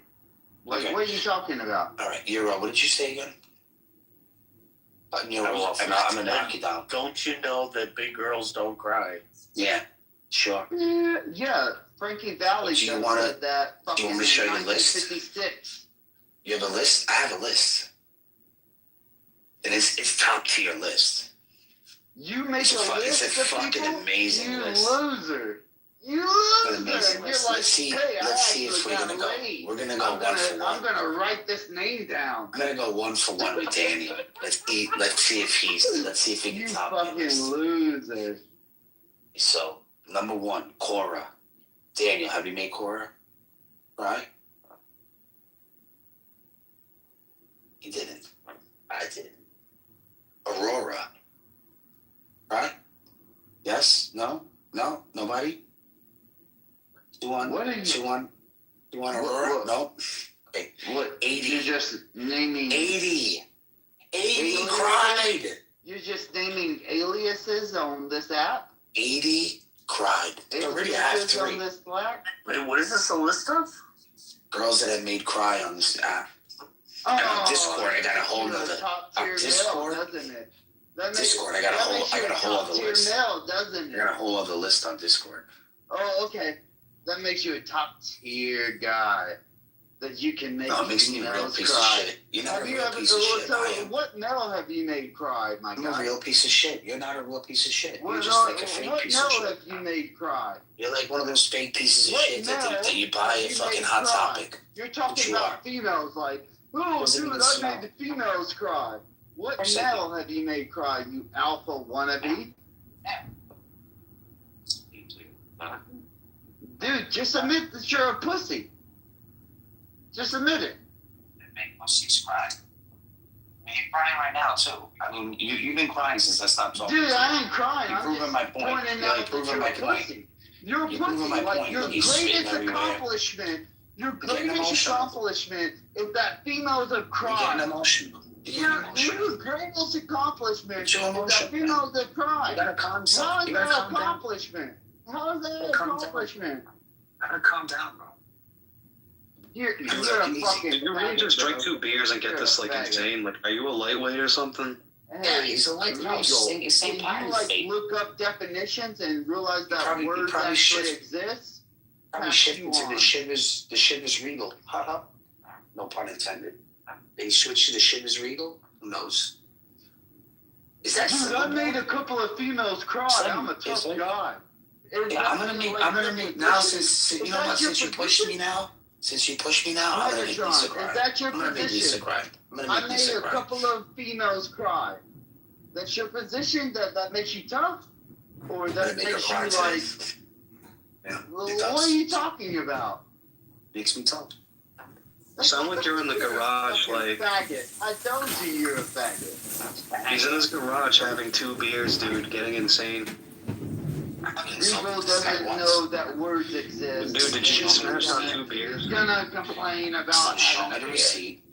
Show me the receipt. And the don't get that shit about the receipt. Hey, point of order, moderator, point of order. You know, this conversation, if we get back on topic about the Bible and the Quran, we can see how valuable books are in terms of having intelligent, focused conversation and studying wisdom. But this conversation is, you know, below the belt. What is the point of this conversation? Hello? Hello.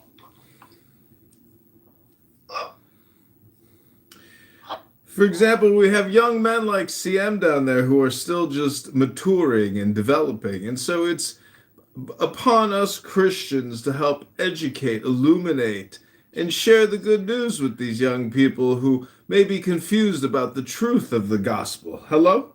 You should have heard him yesterday. He was so mad. He was so mad.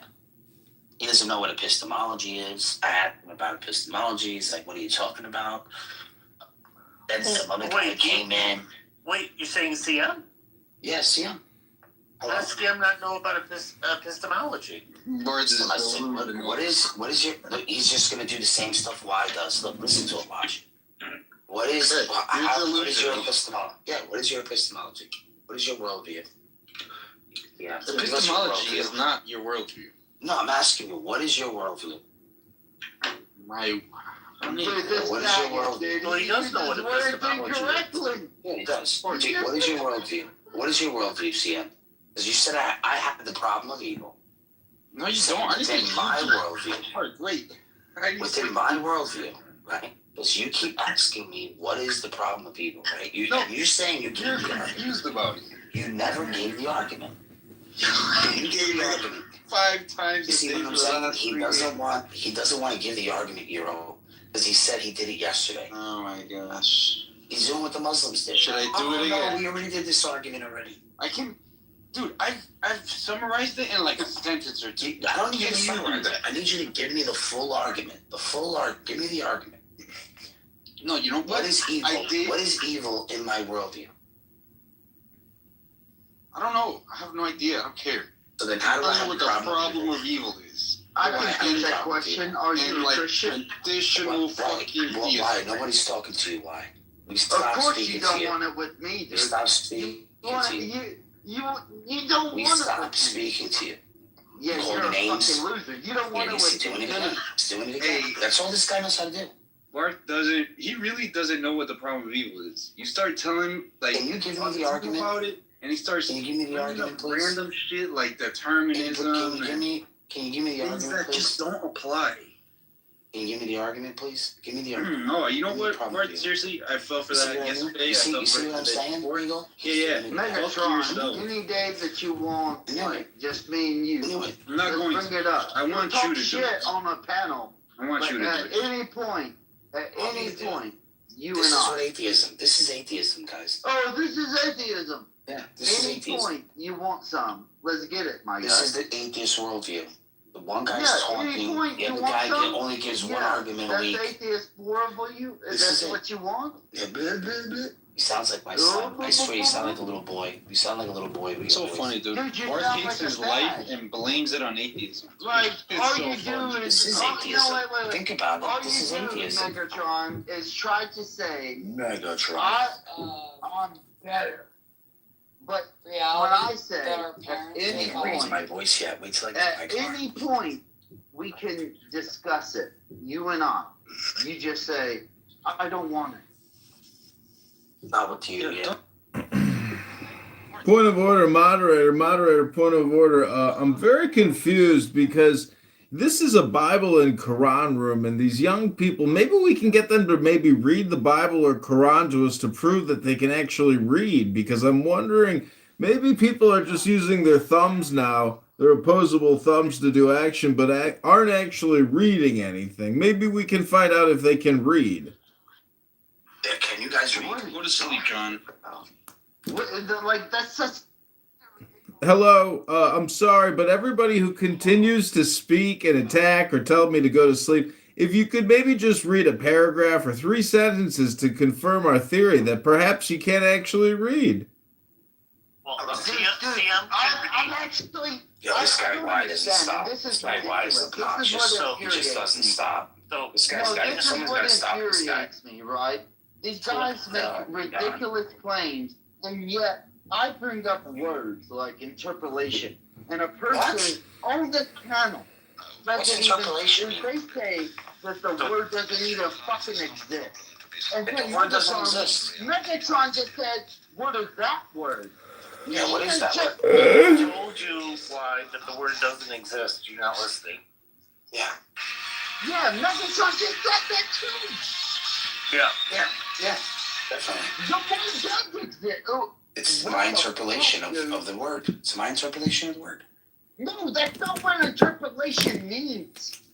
That, It has no oh meaning. my That's what I'm gosh, trying to explain you're to you. confusing interpolation with interpretation. Do you? You know what that word means? Yes. Like that's the. I don't think that word means what you think it means. Megatron, that was directed towards you. Oh, you don't want to talk to Eero? Now you're ignoring the other mods? I mean, we're just agreeing. No. Okay, I want to say two things. I believe Y does know how to read, and I believe CM knows how to read. Math. You should also mention how apparently there's 2 people on the panel who don't know what a fucking word is and claim that it doesn't exist. Oh, really? Are you interpolating They that? are the smartest people. Well, on how the did you come to that fucking planet. interpolation? What do Not you an know? interpolation. It's an extrapolation. Oh, No. how did you come to that interpolation? Oh my gosh, this fucking. That's how fucking dumb these people are. They don't understand. Can you interpolate that? about- Oh my Interpolate gosh. that, please. They don't even understand the usage of a word, the context of a word. Well, that's why he's asking Zero, to you have interpolate to, it. you have to agree that these 2 people are being fucking dumb. You have to agree with that. All you have to do is Just using interpolate the the word. word, and they don't even know what it means. All you have to do is interpolate it. That's it. Oh my gosh, dude. Hey, why? How was your conversation with Regal?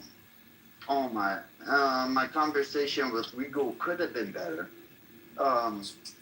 It Was he not insufferable? Like, did he ask the dumbest questions on the planet? personally, to me personally, but Why to really others he might This is not all have they been. learned. You know, this is all that's to learn in This is Andrew. why I'm here. To make fun of This is Regal. the only reason why Angel's Room exists. Because once you become an atheist, you learn how to be a professional insulter. Well, that's all they do. That's all they've done since they've been in here. Isn't that all you've That was their done? biggest argument. That was the biggest argument. No, what? I don't insult all Watch, theists. watch, They're they're not all gonna stop smart doing it. theists. Watch. Sam, stop. So, Megatron. They're not gonna stop. They're not gonna stop doing it. Watch. Isn't that all you've done? Is that you tried to insult us? And Well, I was trying to interpolate what you were saying. We've actually, I just proved that I used a word, and you were not in the room when that word was used. But a person Well, that you align with, I interpolate real quick, Euro, real quick. A person that you aligned with didn't know that word even fucking existed.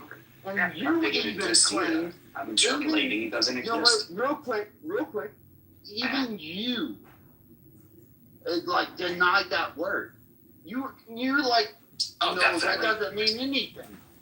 That's how fucking retarded the people that I have to talk to. Now you just call me retarded. All right, point of order, moderator, point of order. I want to say CM every night has been telling me to go to sleep. I'm just wondering, like, is it really worth it to spend your energy to tell a guy at 2, 3, 4 in the morning to go to sleep? Is that how you usually spend every day of your life, telling some random guy on the internet to go to sleep, CM? I think his mother tells him to go to sleep all the time. That's probably why he's just projecting. My mother lives on a Okay, different now side. this guy just said, "Oh, you're like attacking me," and now he's Is he attacking interpolating CM. something else? But he's not attacking CM. How did he just interpolate This that? fucking faggot. This fucking faggot I doesn't told you, even that's know all what they've been the doing is words insulting are. me. Of course I'm insulting you because your What intellect is he doing? is smaller than mine. So I can attack you. I will punch down on you. I mean, at least you're not married. At least you're not married to a Muslim that doesn't know how to eat out your box. You I mean, that's a claim really to big have problem. the truth. So when now you're stuck you're with this so fucking guy. dumb that you don't know Okay, what words imagine- mean, I'm imagine gonna getting attack married. you. Hey, why? Imagine, What kind of imagine beers are you getting drinking? married. Yeah, why? Imagine getting married and making this, Odell IPA. yeah, IPA? Alright. Nice. It's So, drinking IPA. Megatron, I have a question for you. Yeah, go ahead. It's a yes or no question. Okay, go for it. Okay, would you say that the truth is really just a question of interpolation? Well, first you would have to interpolate what you think truth is. No, my God. That's right. Do you know what interpolation means, you fucking retard? He just tricked This you. guy. What is wrong with this guy? Dude, you realize he just trick questioned you. And you fucking fell for it. Of course I did. Interpolation is not interpolation. Like, you... What? Interpolation is not interpretation. Do you Oh, you realize said that the those are same two- word again. That's what I'm saying. Yeah, I thought you were drunk there for a second. But go keep going. No, you realize that though he just trick questioned you. Do you realize that? Did he? Were you the I'm only one asking that you, caught that? do you realize that he just tricked questioned? Are you saying that? Is that what I interpolated out of what he said? Holy shit! Do you know what interpolated means? Yeah, I've been using it. Okay, what is it? What is it? You want me to interpolate it for you? Are you a fuck? Okay. You know What what I'm does saying? yes? Interpolate it for me. Oh, I am using it right. No. You just No. said it. No, just no, said I just asked you. You Interpolate it. you for asked me. it me. You asked it me. Okay. I'm asking you. Interpolate it for me. Just did. You just used it. No, but what is the definition of interpolate mean? It's not the same as interpret. So what is it? About interpretation. Maybe Como it's when I say interpretation. Como lo digo solo en español. Interpretation. How do I say it like that? So all you're doing is like Maybe it depends on your interpolation.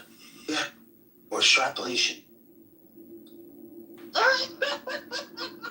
what is interpolation, Megatron? Hold on. I'm using the bathroom. Give me a second. This fucking faggot. Interpolation. Thoughts. I feel my thoughts. Interpolation inside of a religious concept is the addition of text. That's what it means. It means You mean nothing else. eisegesis? And You he mean just- eisegesis? He tricked you. He You tricked mean you. you mean eisegesis? No, it's not exegesis. No, I said eisegesis. Yeah, eisegesis. It like. No, it not doesn't- Jesus. Eisegesis. None of that matters, right? None of that matters? Do Interpolation. you know the difference between eisegesis and exegesis? Yeah, but that's not what you What is said. the difference? What is the difference? Holy shit, fuck. What is the difference between eisegesis and exegesis? Holy shit, fuck. Do you know the difference? You try to teach me about a word. I want to know if you're Wait a worthy second. enough for me I to know the listen. difference, but it kind of depends upon your interpolation. That's what I'm saying. So why don't you explain it? But can you explain eisegesis and exegesis for us? That was a good one, Euro. That was a good one. Yeah. So, Can you tell us what holy the shit, fuck. Holy shit, fuck. explain to us what eisegesis and exegesis means? Then I'll have a religious discussion with you. Oh, you have to See, this is why I didn't understand what he was saying, because he was saying interpolation. It's interpolation. Okay, so you're pronouncing it wrong live. Yeah, interpolation. That, we know that. We know that. That's what we're So talking not about. only are you And he said pronouncing it. it And listen. And he said it. You know how many Now times that he I said go it? and look it up, right, it's actually discussing what I discussed earlier, which is like textual criticism. So, You're acting like a fucking sophist, dude. Because I'm talking about literally the same thing when I say textual criticism. This is the whole. Listen, real. This is the whole time. Whole time, he thought that he was saying the right word. That's why I said it over and over and over again. And then he asked us about the wrong word again. So I'm going with eisegesis and exegesis now. So I'm going with eisegesis and exegesis. Let's see if he can tell us the difference. Yeah. Tell us what eisegesis is versus exegesis. Why? And I'll have the religious discussion with you. Or at least tell us your interpolation of it. Yes, exactly. Well, ladies and gentlemen, I just got to say that if you really love debating religion and you think you're really smart about it and you get the big picture message, why at 4 a.m. are you using profanity and laughing like the Joker from Batman? Hello? So that's an argument? Okay. Thank you. Yeah, it's an argument on why you're a jackass. No, it's to the point that you're upset about the way that I say words, right? No, Like, you're a fucking retard, remember? And you're a mean retard, and you don't get to be mean to people when you're fucking retarded. I grew up with the speech impediment. And I was right. So you're using a proprietary definition based on your understanding of what interpolation is when it's interpolation. No, that's like not the way that people say it. It's fine. It's fine that you think that, but I just want to say this as a counterpoint. I grew up with a speech and no shit. No shit, Sherlock. Yeah, no shit, thank Sherlock. you. No shit. Okay, thank you. Hello. But that doesn't negate. The tip of your tongue was probably connected to the bottom of your fucking mouth. A word incorrectly. Guarantee it. But you know what the word is.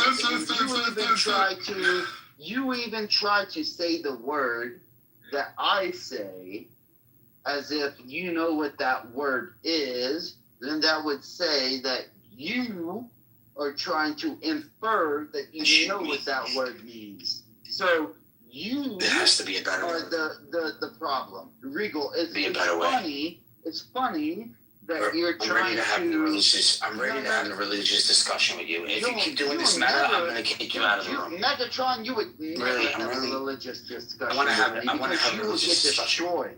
And you know I'm willing to answer any Okay, let's questions. go. Let's hear your religious discussion with me. No. I'm here to answer your questions. Dude, okay. I don't have any questions to you. What's your question to me? No, you're an atheist. What kind of just the past? I'm atheist about religious discussion. It's a silly question. Okay, that's stupid. Rhetorical. It's actually rhetorical at that point, right? Like you're just holding a rhetorical question. So, if you want, anytime, Megatron, you and I can set up where we can. Hello, why does Y keep saying the same thing over and over again? Why? Do you realize you're repeating yourself 10 times now and we'd like some non-repetitive, non-redundant communication? Hello? Dude, he's at the end of his epistemic rope. He's hanging himself with it right now. He doesn't have anything. He doesn't this is the end of his epistemic rope right here. Zero epistemology. Wait. Zero theory for it. He's just crashing out. What's the communication that you want? He's just because I asked you. Said that he challenged. I asked you, right? Because you're the atheist. What do you want? I asked you, do you have any questions about Christianity? Why would I have questions about Christianity? So the conversation's over. You see, you see what I'm saying, Regal? I allowed it. I accepted it. I said, all right, let's do this. That's okay. And I asked him to show me the receipt. He didn't want to show me the receipt. Okay, let's start. He said yes today. He's there. He's here today. He said yes today. He said yes today. I got out of not having to show my receipt. So I said, all right, well, today, in order for you to keep. No, I'm not a Protestant. I'm a proud Catholic. Okay. So in order for you to leave the store today, if not, your membership will be revoked because you signed the contract. You have to show me the receipt. He goes, well, what if I didn't show you the receipt yesterday? I said, well, then you got away with it yesterday. I said, but for today, you got to show me the receipt. That's He didn't want to. He didn't want to show me the Analogy. receipt. That's a He ridiculous. still doesn't want to show me the receipt. I let that one go. I asked him now, and now he just keeps over talking. So you got to go in the audience. That's it. Get a question, because you just. Now I'm in my car, and I could be loud, and I don't want to upset them. So get a question, write it in the chat, and then I'll respond. Because right now you're just fucking annoying. I don't understand why I have to babysit these people. Why am I stuck babysitting these people? This is all I want to know. And how did Lisa, with such a fucking hot, end up with a Muslim that doesn't know how to eat her box? That's what I'm trying to figure out. You fucking, shut the fuck up. Shut the fuck up. Shut the fuck up. Shut the fuck up. You fucking married to a Muslim. You fucking. I gotta hear that shit 100 times.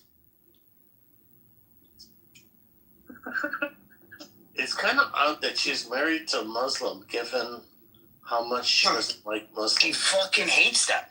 She secretly wants to break up with him, I think. That's what she's doing. She's psychologically putting herself Well, through. I just don't understand how you can hate a group of people and then marry one of them. It's very, very odd to me. Yeah. No, she didn't care then because she was an atheist. Oh, Maybe to be with him, she has to be an atheist. Because she's been going down that road. Oh, well, that does change things, I guess. Oh, Yeah. I see some hands raised in the audience, Beggar John. Yeah, but all he keeps doing is repeating himself. We gave him a good 40 minutes to give us an argument, to give us something. I even asked him, I said, do you have any questions about the Bible? He asked me if I'm a Protestant. Like, this is what I mean. Like, there's just a disconnect. I don't know what it is. Maybe we need Maybe he has to switch. Maybe he has to switch beers. I guess. I don't know, bro. Maybe we just need a bigger Costco sign. Yeah, yesterday, I told him, I said, when you're in Andrew's room, you probably get away with not having to show a receipt. I said, but when you're here, you have to show a receipt. He refuses to say, he says, I got away with it yesterday. I said, then I'm going to revoke your account. That's it. You signed a contract. We could call this the Bible and Quran Costco. Yeah, this is the Costco room.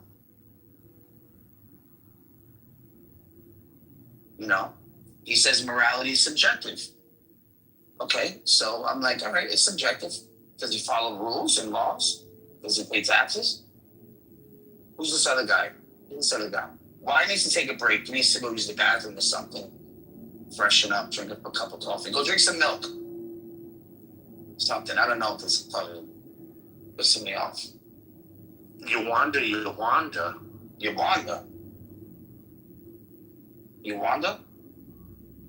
Yawanda raised her hand. CM got upset and left. I can't believe it. He's here. Oh, he's still here. He's still here. I thought he left. You know, I like mathematics, but, I asked CM if he thinks that at this point is his mathematical ramblings just schizophrenia, because, I could sit there and draw math for fun. Doesn't mean it's actually saying anything or meaningful. But I'm just trying to say that reading a book is of extreme value. And just having pointless, never-ending conversations, as you know, I keep saying, just read a book if you want enhanced communication. The communication you're getting from this app is like low-quality dog food from 7-Eleven. It's just not gourmet. Hello? Hello? CM provided proof that he reads. Hello? Hello? Hello.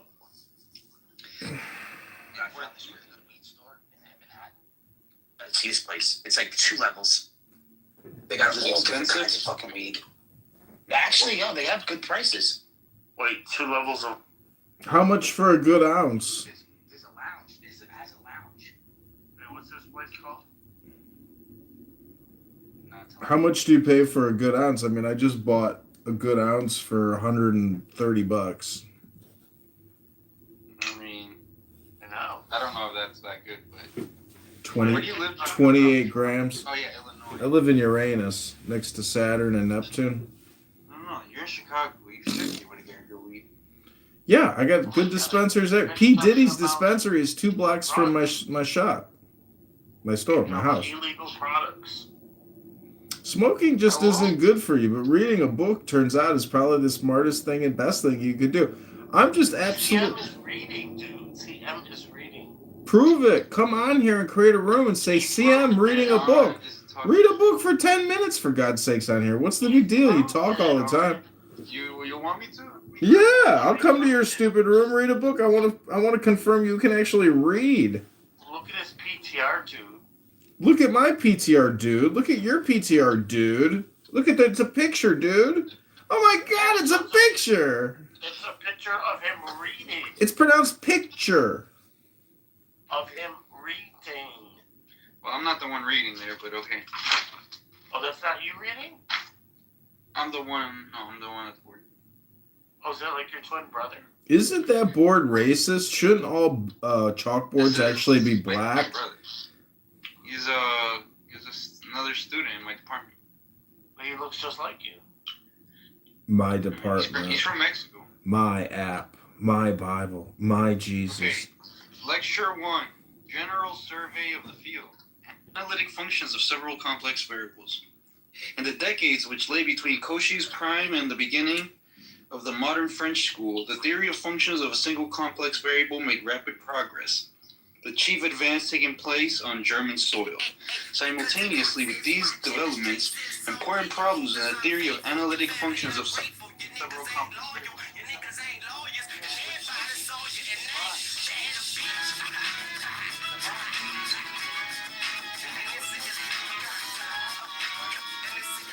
The name of this song is CM is a Bitch by Lil Wayne.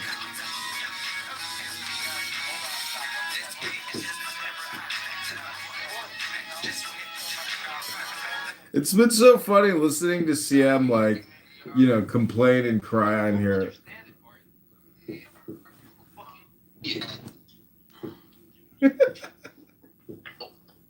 So then I don't understand either. Philosophy, state functioning. Boris, can you please teach me the problem of evil? I'm a Can you fucking retard. tell me about the machine state functioning? What is Hillary Putnam talking about? You should have learned this in college. Hillary Putnam is like huge. No. He's like one of the best philosophers of our time. He was discussing AI in 1973. I mean, the guy's a genius. Sure. So, Boris, you don't know anything about Hillary Putnam? I'm a fucking idiot. I need you to teach me the problem of evil. Would you say that B is isomorphic to its dual space? Yes. I would say that. I figured you would say that. Correct. CM, don't you understand the problem with evil is that God is evil, but God is also good. He's both. Or God is, neither. I don't understand. What don't you understand about the paradox? Can you tell me what a paradox is, CM? Again, the key word is paradox. What does paradox mean? Saying that the Turing machine was isomorphic to a human response, where he was trying to figure this out. And this was like his big thing. Yeah. This is called machine state functioning. Turing machine's like a computer, bro. Turing machine, exactly. That's what he was trying to figure out. But he actually, this was like his big paper, and he debunked it. He himself debunked it.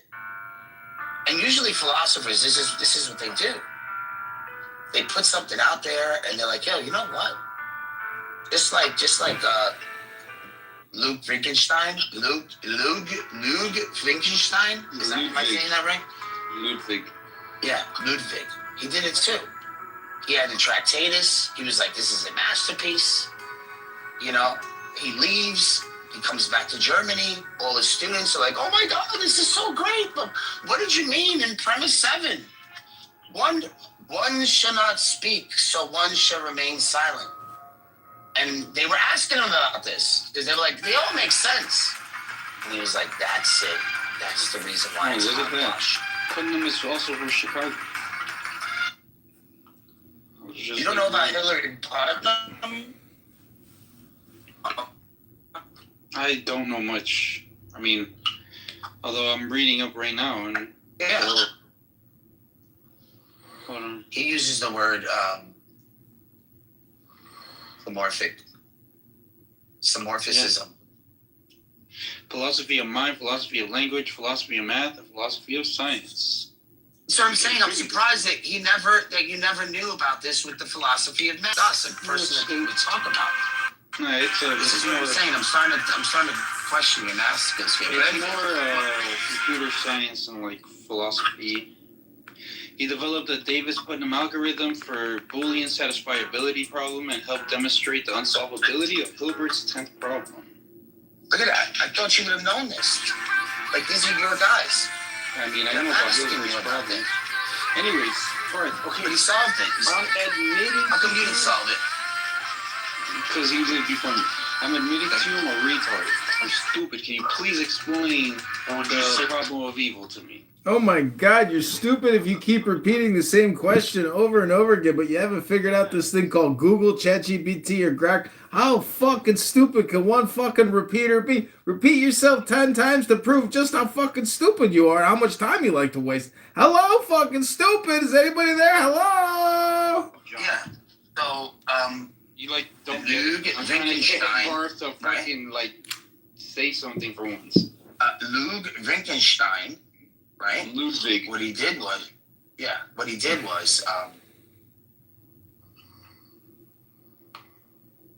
this is what he did. You want me to show you what he did? I don't know. It's fine. I know about Ludwig.